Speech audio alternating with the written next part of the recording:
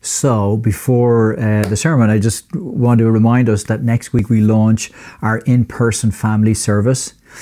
It will be here at the Y, starting at 10 a.m. Each family will be in their own pod or bubble, and the whole service will be focused on engaging with the whole family.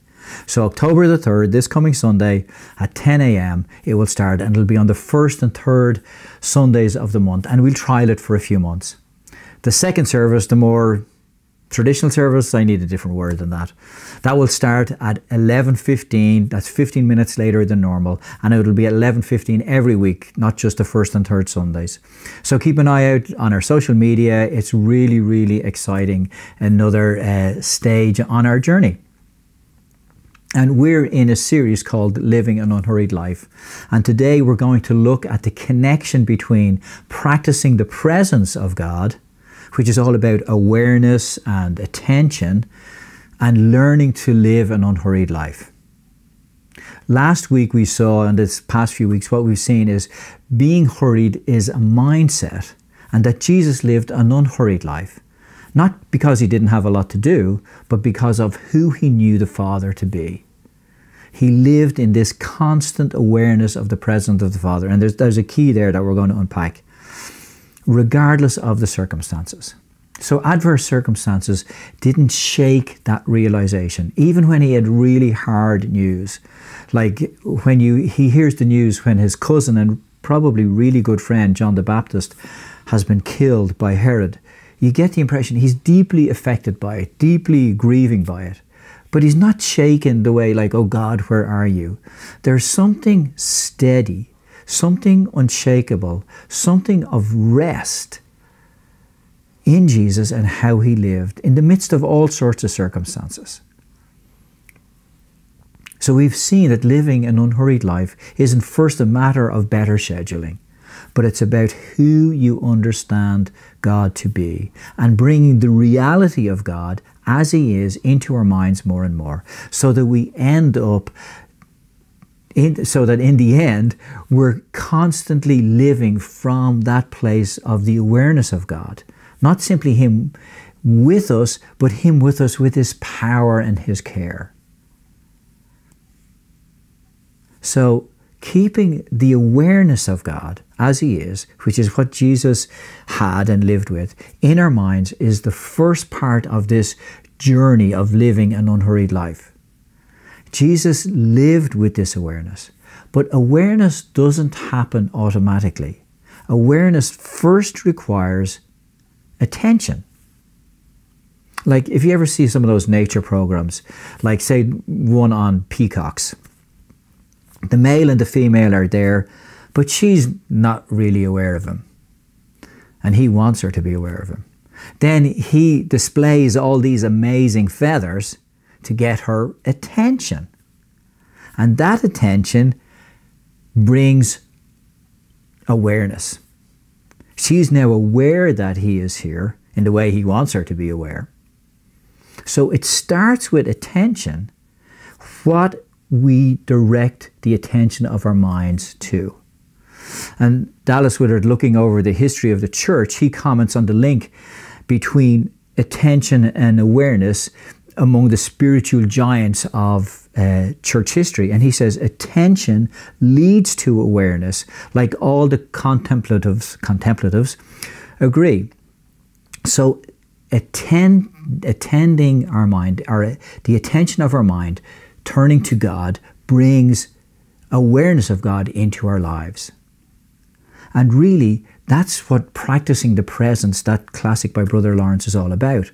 If you read Practicing the Presence of God, you'll see that process at work in his life.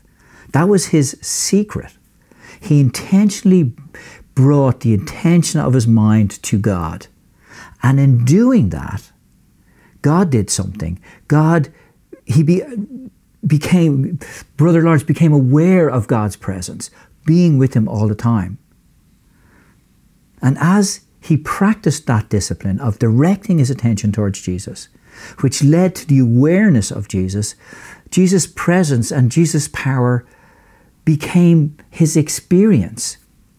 So whether he was peeling, he says, whether he's peeling potatoes in the kitchen or in the midst of the most profound worship he was doing during the week, the experience and the awareness of God being with him was the same in both instances. So the way into the awareness of God being with you, caring for you, of getting Jesus' mindset is, if you like, attention. Bringing the attention of your mind to the God who is. That's what practicing the presence of God is. And that's exactly what David is doing when he says in Psalm 16 verse 8, I have set the Lord always before me, because he is at my right hand, I shall not be moved, or I shall not be shaken. That sounds easy. Just keep the attention of your mind on Jesus. But actually, there's a huge battle going on for our attention. And these past years, that battle has intensified. We live in a society that's really like a consumeristic society. Our economy is driven by consumption. And businesses, they have always kind of tried to play with our minds and do things to get our attention. They fought for our attention. Like, for example, and often we don't even notice it. Like, for example, you know, when you go into most Irish supermarkets, you go into, the first thing that you see is the fruit and vegetables. There's a reason why they're always first. And the reason they're always first is that when you go in there, you pick up the fruits and vegetables, and they've filled your attention. And the retailers, the supermarkets, know that once you've put those into your shopping bag, when you go down to the next few aisles and you find the biscuits and the sweets, they know that your mind is saying, you know, you've already got a lot of healthy stuff in there with your fruits and vegetables, so it's okay now to put in some sweets and biscuits. They get your attention by bringing you into the fruit and vegetables first, and that opens you up to spending more money, and they just want you to spend more money. It's the same with the size of the shopping carts. Like when I was younger, when supermarkets first came to Ireland, the shopping carts were half the size they are now.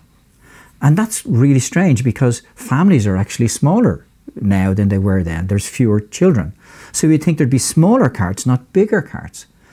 But there's bigger carts because, again, they're kind of playing with our minds and playing with our attention, because what they found is that if you have double the size of the cart, which is what they've done since I was a younger person, people spend 20% more simply because there's a bigger cart. Because maybe it's because you think, oh gosh, the cart looks almost empty, and you put more in it. So whether we realize it or not, these supermarkets are fighting for our attention, playing with our attention, planting things into our attention and before our minds. That's their business. Their business is to sell us things, and they want to sell as much as they can. And thank goodness for supermarkets. Then if you change from supermarkets to the setting of like kind of the stock exchange and big international companies, there's a club called the 4 Commas Club. It's those companies whose market capitalization, whose value, if you like, are worth over $1 trillion. 4 commas in $1 trillion. And lots of these companies are the companies we all know and deal with all the time, like Microsoft, Amazon, Google, Facebook. And if you think about those businesses, some more so than others, they don't actually sell you anything often. Now, obviously, Amazon do and Microsoft, but if you know what I mean, there's a lot of stuff that they give you they for free. They just give you a load of stuff for free. Free cloud storage, free Google Maps, free weather forecast, free news, free searches, free reviews, free ways of connecting with your old friends, free everything. You don't pay a cent for any of it. So then you have to ask, how is it that they're worth $1 trillion? They're not selling anything. But actually what they're selling is your attention. They sell your attention, they capture your attention, and they sell that to other companies who place ads before you. That's how they make money. Your attention, in other words, what comes into your mind and onto your mind, That's what they're selling. And you kind of think, well, so what? What's the big deal about that? Well, now just think a little bit about what's happening and the world that we live in. It's a big deal because attention is their product, if you like, and they work really hard to try and capture our attention and keep our attention. You see, if they don't capture our attention and keep our attention, then they have nothing to sell. So they'll do everything they can to capture your attention.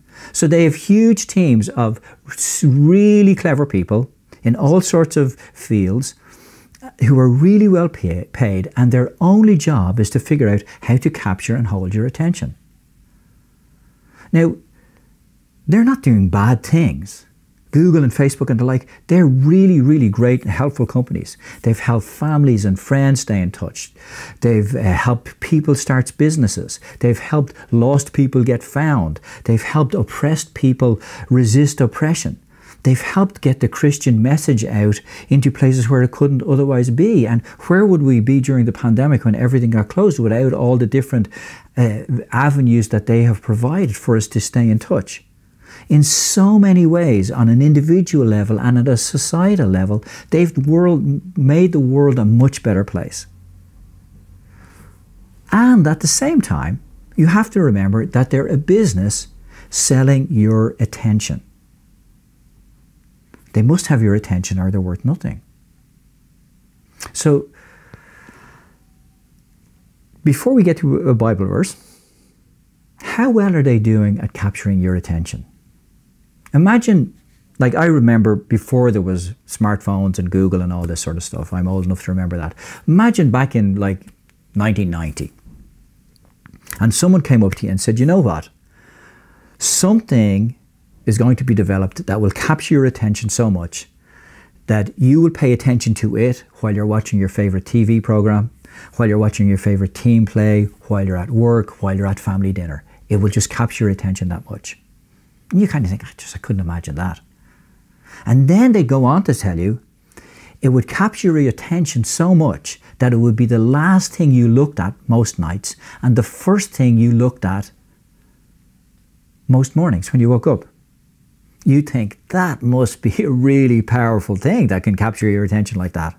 And then they told you, you would almost never go to the toilet without bringing it with you. It's captured your attention that much. And then you'd start laughing.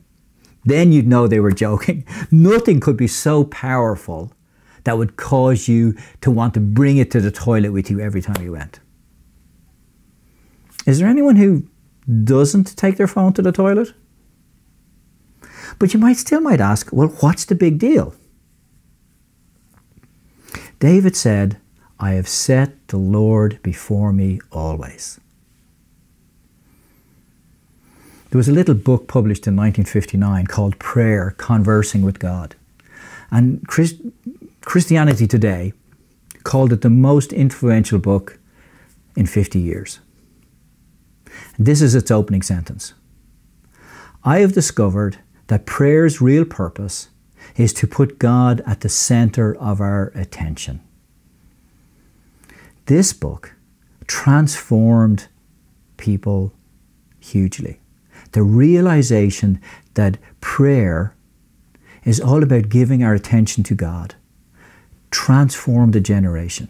They came to understand the Christian life is all about putting God and keeping God at the center of our attention.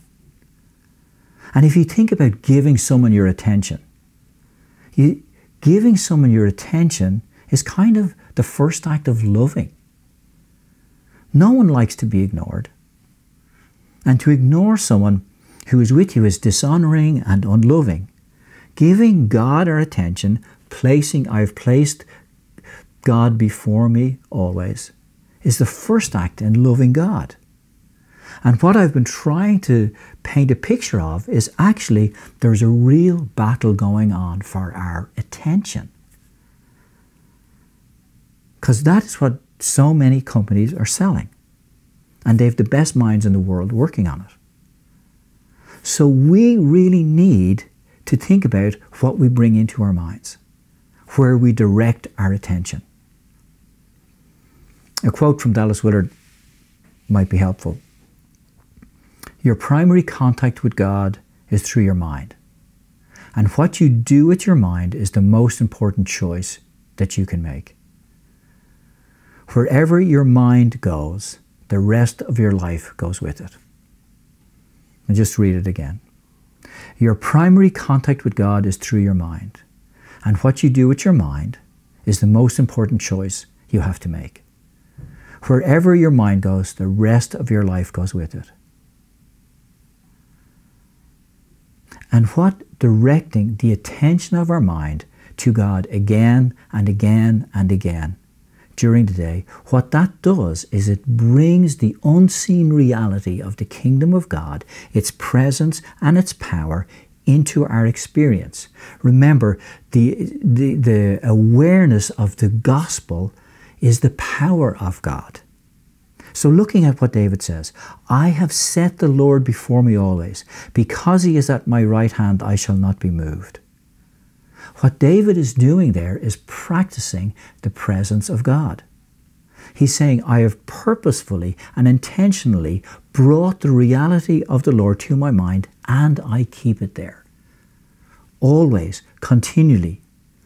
There's real intentionality, real ongoing in this. And that attention, directing his mind to God, that's something that David is doing.